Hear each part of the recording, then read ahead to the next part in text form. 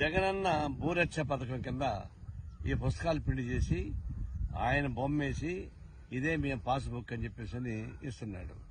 ఆ పాస్బుక్ లో ఎంత డొల్లతనం ఉందంటే ఇది నేల గీసుకోవడానికి పనికిరాదు. వాళ్లే ఇచ్చారు. బ్యాంకు లోన్ తీసుకున్న సందర్భంలో గాని, భూమి రిజిస్ట్రేషన్ చేసే సందర్భంలో గాని ఈ భూమి యజమాని హక్కు పత్రం మరియు పట్టాదారు పాస్ పుస్తకము అధికారికి చూపించిన అవసరం లేదు.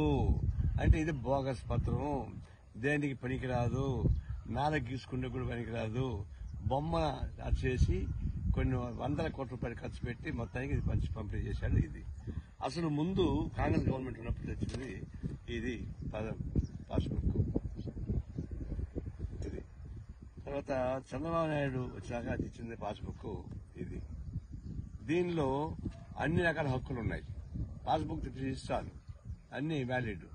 కానీ ఈ పాస్బుక్ తీసుకొస్తే జగన్ బొమ్మ కనిపిస్తుంది తప్పితే దీనికి ఎందుకు వ్యాలిడ్ లేదు. బ్యాంకులో లోన్ లేరు, దీనికి హక్కు పత్రం రాదు, దీనికి రైట్ రాదు.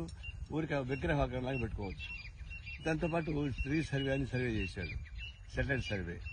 ఒక్కొక్క దీనికి ఎన్ని బండ్లు ఉన్నాయి చూడండి. చాలా ఫినిష్ చేసిన జగన్ భూ పథకం పెట్టాడు.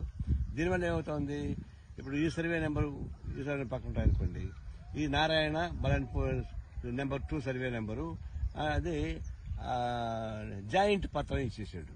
జాయింట్ పత్రం అంటే ఏంటి, భూ సర్వే నెంబర్ 1 నాది అయితే దాన్ని జాయింట్ పత్రంగా భూ నెంబర్ 5, 6, 7 ఇచ్చేసాడు. ఇప్పుడు వీళ్ళు కొట్టాడుకో సావరా, ఇది రాదు. ఈ విధంగా అనేక తప్పు తరగలతోటి భూరక్ష పథకాన్ని ప్రవేశపెట్టి వేల కోట్ల రూపాయలు ఖర్చు పెట్టి ఈ బండలు వేశాడు, ఈ పుస్తకం వేశాడు, దీనికి సెటిలైట్ పథకం వేశాడు.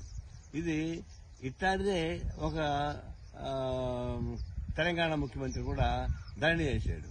ఆ ధరణిలో ఎట్టుందంటే వినియోగదారుల హక్కు కనపడలేదు, అనుభవదారుల హక్కు కనపడలేదు. దానివల్ల ఏం చేసింది, అనుభవించవలసిన భూమి కాస్త భూస్వామికి వెళ్ళిపోయింది. అదే దెబ్బతీసింది, కేసీఆర్ అదే దెబ్బతీసింది. ఇప్పుడు జగన్ కూడా ఈ భూరక్ష పథకం మీద దెబ్బతీయబోతుంది. దీనివల్ల రైతుకి ఉపయోగం లేకపోగా అనేక రకాల డిస్ప్యూట్స్ వచ్చేసినాయి. బండలు కనిపిస్తాయి, పుస్తకం కనిపిస్తుంది, ఇది శిలాపథకం లాగా ఉంటుంది, శ్మశానం రాసి పథకం లాగా ఉంది తప్ప ఇది కాదు. ఇదే బండలే రాబోయేటువంటి జగన్మోహన్ రెడ్డికి శిలాపథకంగా మారిపోతుంది, శ్మశాన పథకం పనికొస్తున్నటువంటి కార్యకాదు. ఇదే పథకమే ఆయన ఓడించబోతుంది.